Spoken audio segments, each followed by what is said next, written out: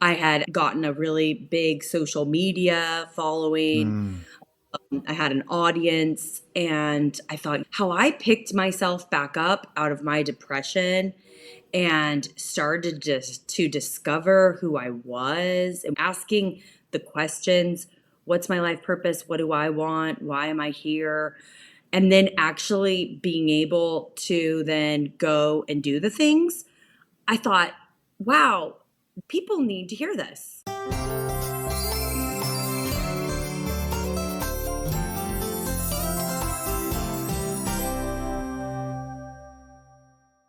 Today's guest is Giovanna Silvestre. She is a writer and creator whose journey has been shaped by her own personal evolution. So her story isn't just about starting a brand or publishing a book. It's about a life of transformation, lessons, and growth.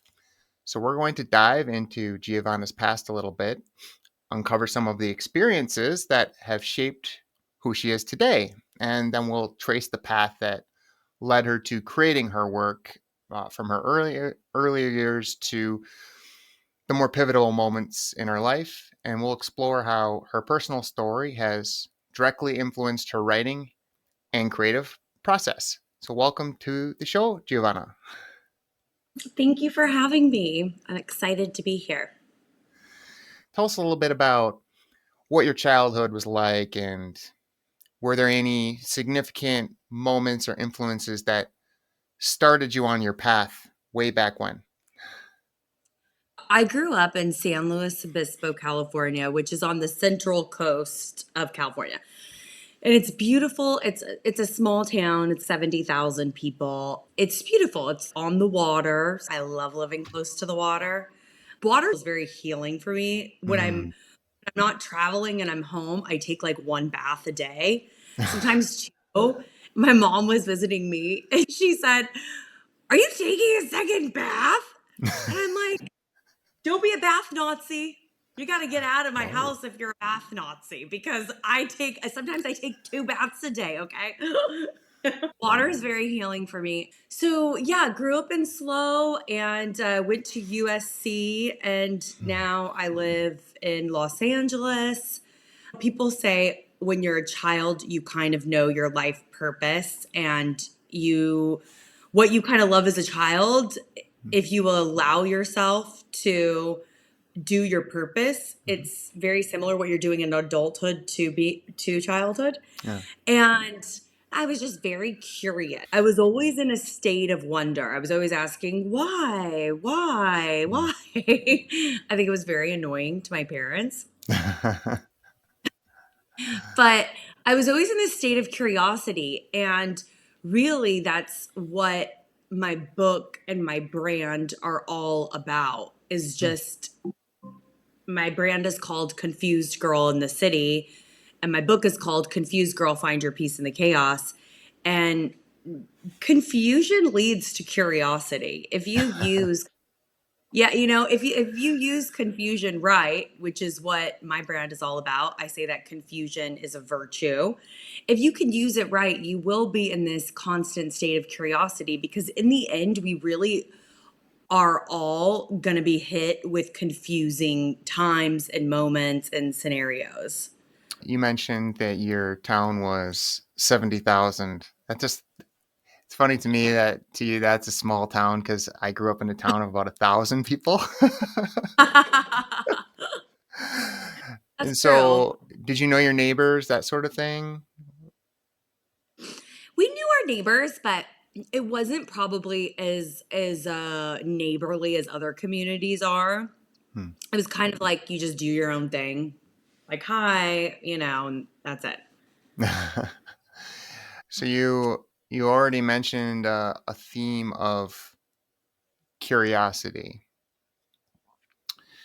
So keeping that in Yes. mind, because everyone has moments that shape them. Were there any particular struggles or turning points in your life that really pushed you towards writing or understanding yourself in a deeper way? A pivotal point for me was my late 20s. And it's kind of that time where people call it Saturn returns. And it's where you have like a huge life shift. And so that hit me really hard that time because I didn't know myself and I hadn't spent much time developing myself inwardly. It was really about developing myself outwardly and Mm, being very good at school and then going out and getting a prestigious job. mm, And so it was pretty much just ignore yourself and ignore your feelings and accomplish. And with that, I'm always looking around and comparing, am I on par with other people? Like, do I look cool? Is what I'm doing mm. acceptable and cool? Is my family pleased Yeah. with me? I ended up having worked my entire 20s like really hard in industries that I didn't enjoy. Looking back on it now, part of figuring out what you do like is figuring out what you don't. When you're 20s, you really don't have that foresight that you have your 30s, 40s, 50s. Like you really think you have to accomplish everything in your 20s. I hope that's shifting for the younger generation. I definitely thought that way. So, on some level, you were aware that you weren't on the path that you wanted to be on. Did this manifest in your life in any way, like any health problems or relationship problems start to pile up? I had crippling allergies. Hmm. Crippling allergies. I Crippling. also I had to get 4 shots a week type of allergy. Yeah, Wow. yeah. And it wasn't seasonal. It was every day. It's just What were you um allergic to? I guess the air. I mean, I was Oh my goodness. like dust, grass, mold, just things that are found everywhere. I just had crippling allergies. I had a lot of digestion issues. And in my late 20s, I did fall into a very deep depression Hmm. where I came to this fork in the road. I said to myself, either we have to figure out who I am and find a life path for me that involves feeling joy, like a level of contentment and joy in my life that's not attached to any accolades, or we're gonna end my life because I was in such a deep depression. I was like, if I cannot get out of this, I cannot live in this. When the depression set, what was that state like for you? How did it really feel? Well, okay, so if you could imagine, I felt as if I was in a mental prison because Hmm. I'm a bit obsessive compulsive. Like I have that, and my brain will kind of obsess on things.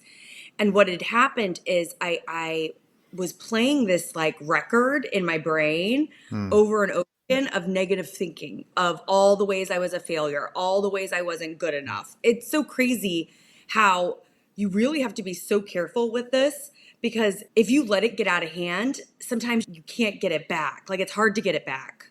You can always get it back, let me just say, but it's hard. It's very hard. What's the it So getting back? What are you getting back?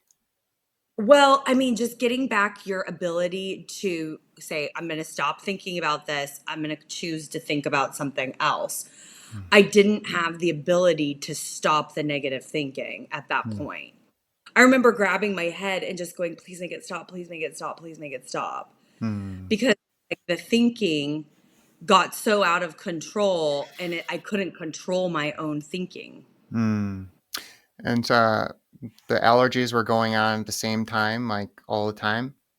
Yes. Yes. And did the allergies set in first, or was it like a combined force at once? The allergies happened Hmm. first. Let's just say my brain was on a default like negative program of not ever feeling good enough. So Hmm. that was already my default. But I do have a very like happy soul. Like I am genuinely happy, upbeat, bubbly. So it was a really strange thing. My bubbly personality, my happiness, my soul was able to alleviate this negative thinking, take breaks from it. And then it just got to a point where I couldn't break anymore, Hmm. which got progressively worse because I didn't do anything to make it better. Okay, so it was getting worse, and the Yeah. thoughts were just spinning around, and you were getting to the point where if it didn't improve, you were considering suicide or something extreme, right? And Yeah. and where did it turn for you? I am. a warrior spirit. When I set my mind to something, I'm like, I'm gonna do this. And so I was like, okay, let's do everything we can to like help yourself. I was reading a ton of books. With the depression, you don't have a lot of energy. You don't want to get out of bed. You're very just lethargic about Hmm. life. So it I was know. feeling that, but then also anxiety in my head. And you mentioned you were So, reading a lot of books. What kind of books were you yeah, reading at that time? the first one I read, which was amazing, was Seed of the Soul by Gary Zukov. Hmm. I loved that one because it really talks about the personality versus the soul and the difference. I read Eckhart Tolle, A New Earth, which is, Mm, separate yeah. yourself. You are not thought, you are like the soul. So I was reading a lot of that kind of stuff. And I was doing the things that they were talking about doing in the book. Like Eckhart Tolle says, be really in the present moment. And when you're washing your hands, just be with your hands. It's brain training, it's training your brain to do what you want it to do versus a default program that's hurting you. Hmm. I was watching YouTube videos about this. I was exercising because it's a great way to get yourself out of your mind and into your body. This was a while back, like a decade ago. Yoga was not so mainstream as it is now. My roommate was doing a 30-day yoga challenge. She goes, come to one of my Hmm. classes. I went with her and it was so amazing because I stopped thinking in the class because you're holding poses, you're Yeah. totally in your body. I was like, oh my God, this feels so good. And then after yoga, I didn't go back into the obsessive thinking so easily and quickly. I had peace. Hmm. And I was like, wow, this is great. I'm going to start doing this all the time. So yoga got me out of my mind and in my body and gave my brain a break. All of these things together, I was writing in a gratitude journal. I was reprogramming the system. You mentioned when you did the yoga, you came out of it feeling a more sustained sense of peace. Do you have any memory of how the difference might have been, like on a physical level, with the sense of peace versus before? So before it's like you can't escape this record player, and it's like, oh, don't think about that. Oh, don't think about that. When you're running through it and you're just feeling awful and you can't stop. In yoga, the movement this is kind of a spiritual experience. Doing yoga at home and in a class is very different. You're on your mat and doing these poses brings you into your body in a way that nothing else has been able to do for me. You mentioned the shared experience of being in the yoga studio contributed to the sense of peace. Can you tap into that a little bit and talk about that? I think maybe because everybody there is going there to find their moments of peace. Hmm. Even if you don't even talk to anybody in class, we're all living these hectic lives in the city, and who knows what's going on with other people. I looked at it like my hour for myself, my hour of power, my hour just for me, and nothing else gets to bother me. I get to do me on my mat. It's always stayed that way. It's always been that way for me. What I remember about going through a period of depression, albeit a short period, but very intense, was that there was an overwhelming feeling of sadness. And I've often found that sadness can correspond with a lot of thoughts about being alone and being by myself and not having the support. And it sounds like participating in a class where other people also struggle with a sense of loneliness. Would you say that's accurate? That's definitely a part of it. We're all here trying to find our peace. It's like a Mm. collective thing to go, okay, this is our hour. We're trying to find our peace for an hour. Mm. Beats screen time, doesn't it? Yoga's the thing I always come back to. I always go Mm. back to it. Stop doing HIIT classes, but yoga's always in my life. With the writing, did, did you get into that at an early point when you were turning around, or did you move into the filming stuff first? I had a podcast interview with this woman who knows everything about the chakras, and I did discover my life path and purpose. I felt like I got on the right path after I figured out who I was. Hmm. After I started to love myself and try to understand myself and be there for myself, after I was able to establish that and Hmm. take care of myself emotionally and physically, then I was able to find life purpose. Okay, so when you did yoga, were there any other things you discovered that supported you in understanding yourself better? I was doing one new thing a week. Hmm. After I got out of the throes of depression, during that time, I was mostly doing yoga, reading books, watching a ton of I was a student. I was like, I want to get to know myself. I want to get to know what's going on with me. Hmm. I was meditating. I was writing in a gratitude journal.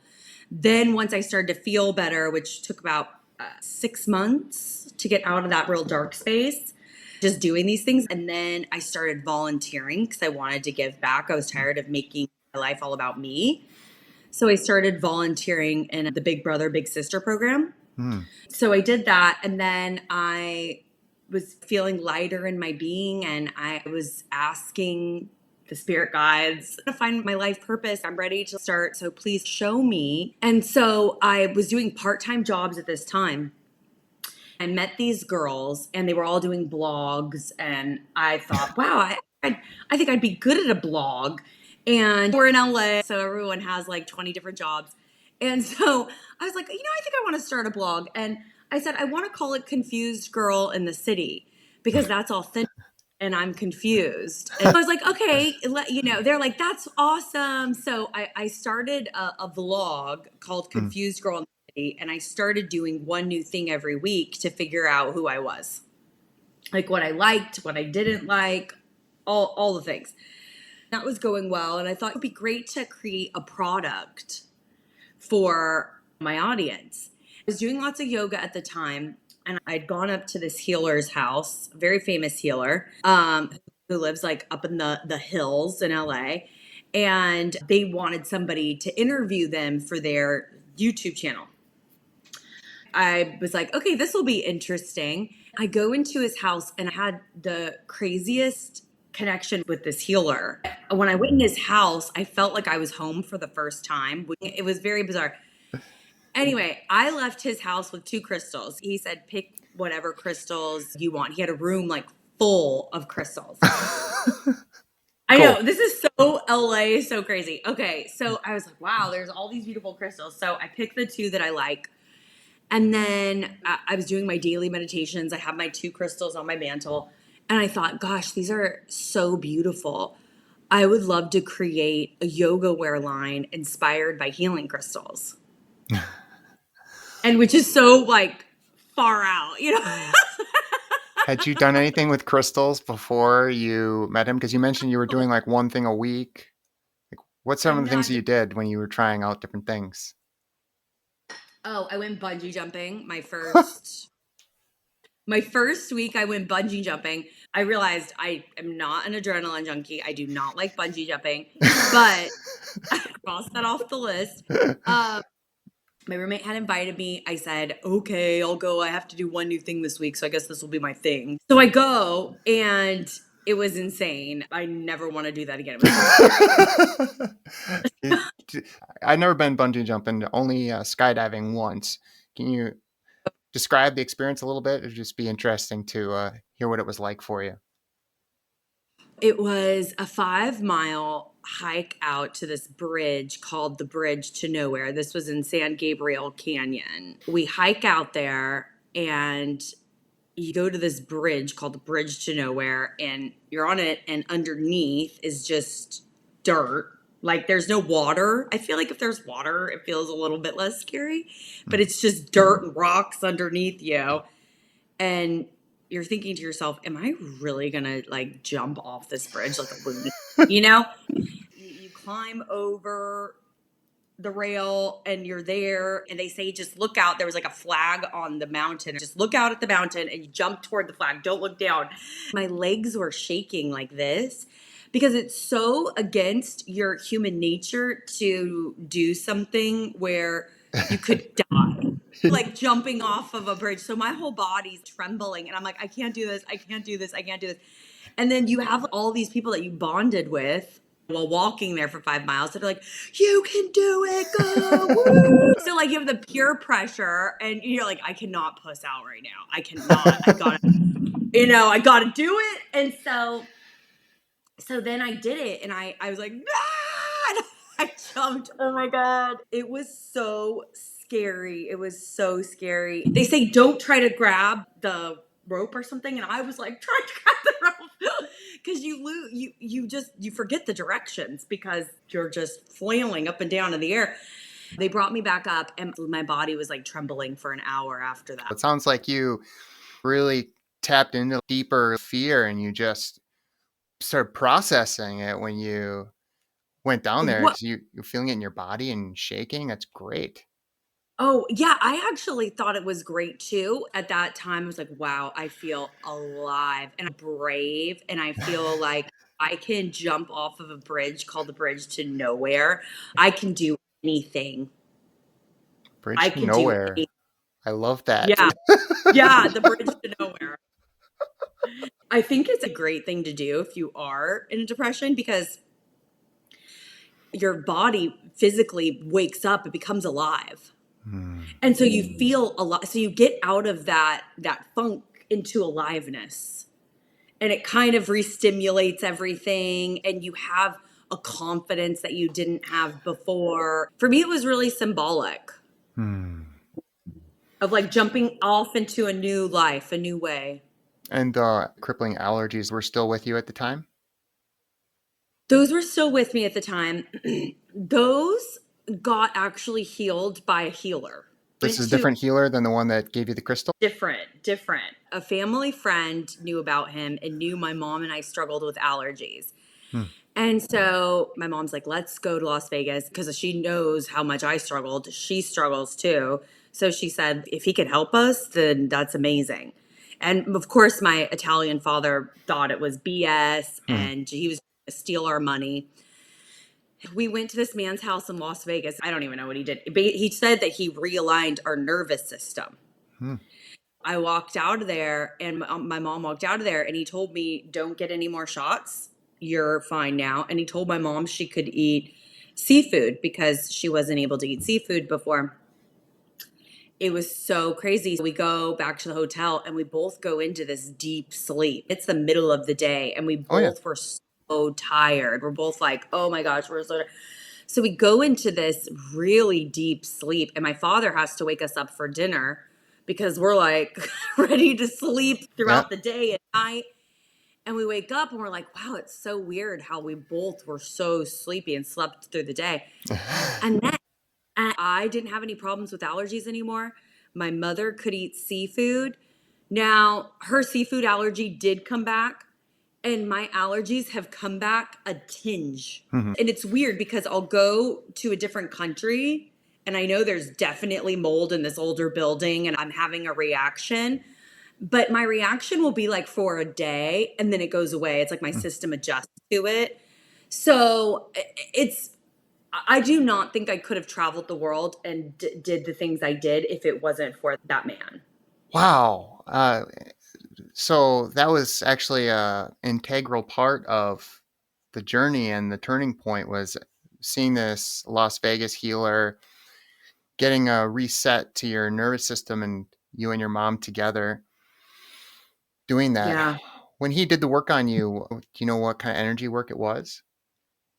He said everything comes from the nervous system and he did like realign something. He did have us grab a Ziploc bag and just get the air of your apartment or your house and zip it, then go outside and get the air in the Ziploc bag. So my mom and I had all these bags of air in our apartments, air outside. She had a little baggie of like a fish because she's allergic. We laid down and he put the plastic bag with the air of my apartment on my belly. And then he did something where he was like, okay, just put your arm up, but don't force it. And then he would do like this body test. I was Oh, like muscle laying there and he's, testing. Yeah. Yeah. yeah, yeah. And he did that to see if I was allergic to the air that was in my apartment from just it being Wow. on my belly. He had this box full of all these allergens. So then he also put the allergens on my stomach and tested. He did a lot of testing. And he knew too when it was my will, like, when I was trying to fight it. It was so ridiculous. As somebody that hasn't done this before, I'm like, is this guy for real? Are we for real?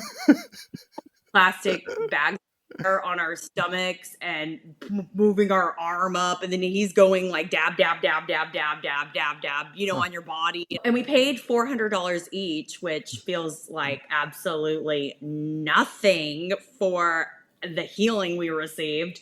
The first sign that it had worked was afterward we both got in the car and we need to go to sleep. And then both of us sleeping because our bodies needed to heal. They needed to sleep. I was going to the allergy doctor twice a week to inject me, Yeah.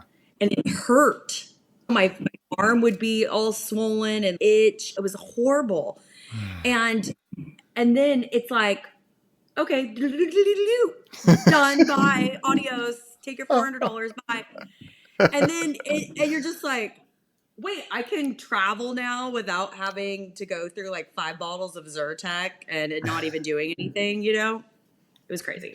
So you mentioned traveling. So was that an integral part of your journey and process into building your brand? After I got out of the depression and I started to figure out who I was really open for my life to take different routes, different possibilities. I was very open to what my destiny was. And as I was getting to know myself, I figured out that I really love traveling, and that's going to be a huge part of my life. So I created the brand Confused Girl in the City. During those years when I was creating that and doing that, I wasn't traveling a lot. I might have taken like a trip a year or something. So I literally took that from nothing and made a brand where I was selling thousands of articles of clothing all over the world. Oh my goodness. I see. And you were Yeah. starting to write a book around this time too? Well, so the yoga wear came first. Like, this is a part of my line, Choose Love. The yoga wear line came first. Then I got an inspiration 3 years into my yoga wear line of writing a book because I had gotten a really big social media following. Mm. I had an audience, and I thought how I picked myself back up out of my depression and started just to discover who I was and asking the questions, what's my life purpose? What do I want? Why am I here? And then actually being able to then go and do the things. I thought, wow, people need to hear this. I need to share this with other women because the ability to feel good with oneself is happiness. Hmm. Like, that is my definition of happiness. Can you expand a little bit on the journey of building the brand and what that was like leading up to deciding it's time to write a book? It was exciting, but figuring out how to make these clothes was difficult because this was over a decade ago. So there wasn't all of these other companies that do the drop shipping and they make them and stuff. This was before that.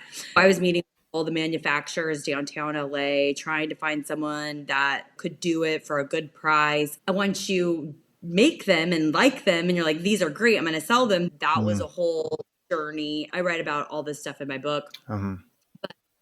What's really interesting about that journey is that it wasn't easy, even though I felt I was doing what I was supposed to be doing, like on the right path. But when it got really hard, and I thought I should be doing something else. This is too difficult. then it's like the universe would leave a little breadcrumb for me. Yeah, like somebody would come and help me. Somebody would make it possible. I got pushed to the edge and then something would come in and be like, got you. That's how it's kind of been this whole journey. Even with the book, it's difficult, difficult, difficult, difficult. But then, whoa, we got you. We're making this happen. It's happening. Yeah, So of it's a few. course. You built a foundation and it took a lot of effort and you had to go through a real process of struggle, struggle, struggle, figure it out, struggle, struggle, struggle, figure it out. Has it ever shifted to where all of a sudden you had built that foundation, you didn't even realize it until you realized it one day? That happened just a year and a half ago. I had the activewear line. This was before everybody and their mother was making yoga leggings. So I was a trailblazer with the yoga leggings. It did really well. And then competition came in the market and it didn't do so well. But at that point, it was doing well. I said, okay, I want to write a book. I want to help other women. I'm going to go travel the world and write a book. And so I did that. And I came back right before they shut down all the borders because I was living in Mm. Europe. And then, so I got back to the States. I got an agent, a really good literary agent. I was very excited about that. That took months of writing a book proposal and all the things. Then I get the agent and I thought, okay, this is going to happen. This is going to happen. And 2.5 years of rejection from publishers. Wow. How many And publishers are we talking about? I don't know how many my agent actually sent. Sometimes she'd send some rejections, but I don't know if she sent all of them. I should ask her how many. But she was smart too because she didn't just like blast everybody. She sent it to a couple to get notes so we could revise the book proposal. So she played it smart, but it was still 2.5 years of nothing and just no's. So I thought to myself, this is interesting. Maybe I'm supposed to self publish. Maybe that's the path I'm supposed to take here. What was cool though about getting to this point is my self worth wasn't attached to what was going to happen with this book. I knew I was supposed to write the book. I knew I was in the right place. And I was like, okay, then I'll do whatever you guys want me to do. Like, I'll self publish. And at that time, my father was really sick. It was like a week before I was going to talk to my agent about taking my book proposal back. Two publishing companies were interested and did like a whole bidding war on my book. Wow. And it was 2.5 months before my father passed away. Oh, My dad was all about accolades. So he was so proud of me. I think it gave him something excited to go with. In a time of extreme pain, because he had cancer, he was so excited and invigorated about this book, you know? yeah. It was nice for me to know that my father knew that his daughter was going to be a published author and Mm. that when I was traveling the world for 2 years, I wasn't just this wandering hippie. I actually had a plan and I was working towards something like I told him I was. It was really beautiful. And then that showed me that in life, you just have to really believe, especially right now, because of the way everything's going to change with AI and the world is just going to shift so dramatically. You have to find your self worth that is outside of everything else, outside of your job. You have to find that, and you can live a life of real joy and contentment. You mentioned that the publishing war for your book happened before your father passed and that he was very proud. Do you remember the moment when you told him there was someone interested in publishing your book? I was home with my parents at that time because my dad was so sick. So I was helping and just wanted to spend time with them. I'll tell you about the two Okay. publishers. When I was in LA, I heard about the one and I called my parents. But then when there was another one, I was at my parents' house and I was like, Papa, I can't believe this. I can't believe this. And he's like, you did it. You did it. I always knew you could do it. I always knew you could do it. My dad had a very thick Italian accent. And he's like, I knew it. I knew it. And I was like, oh my gosh, I can't, and he was just like, I'm so proud of you. I'm so proud of you.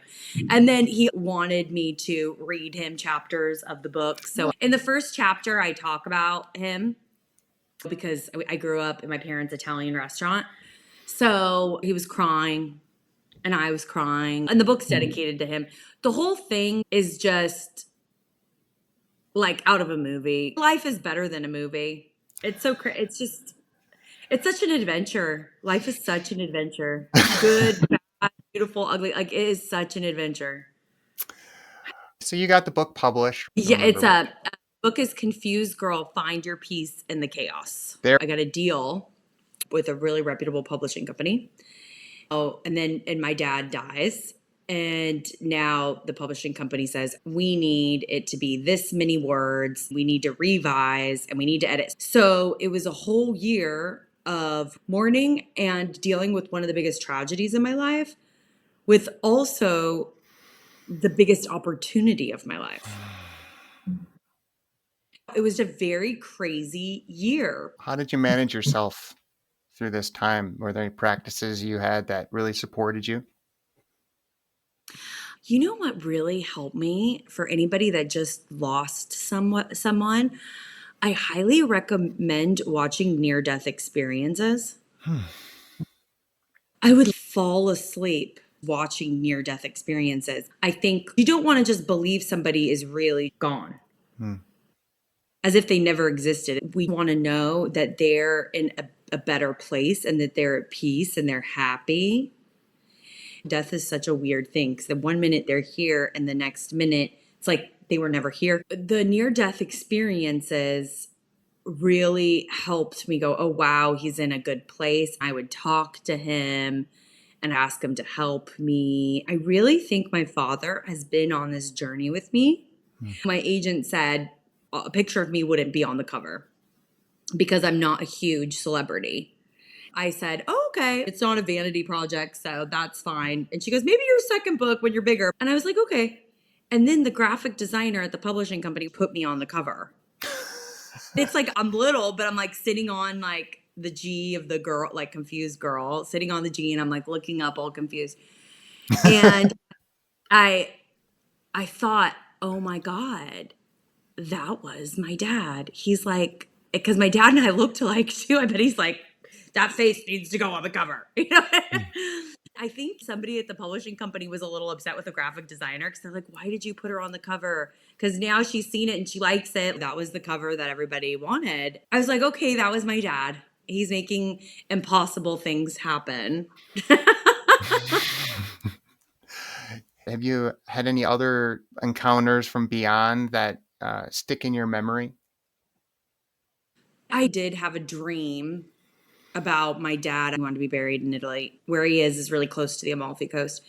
So I had this dream one night where I saw his face so vividly. And I remember going, I can see you more clearly than when you were alive. In this dream, he looked beautiful and so happy, and he was laughing and smiling. I woke up with like tears streaming down my face, because he's so happy. He's so good. I'm so happy. I live my life spiritually. I really do.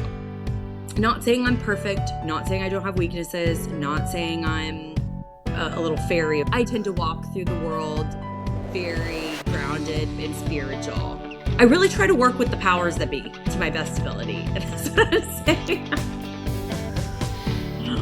If you had to impart one thing that was a key element to all of the success you've had in following your path, what would it be?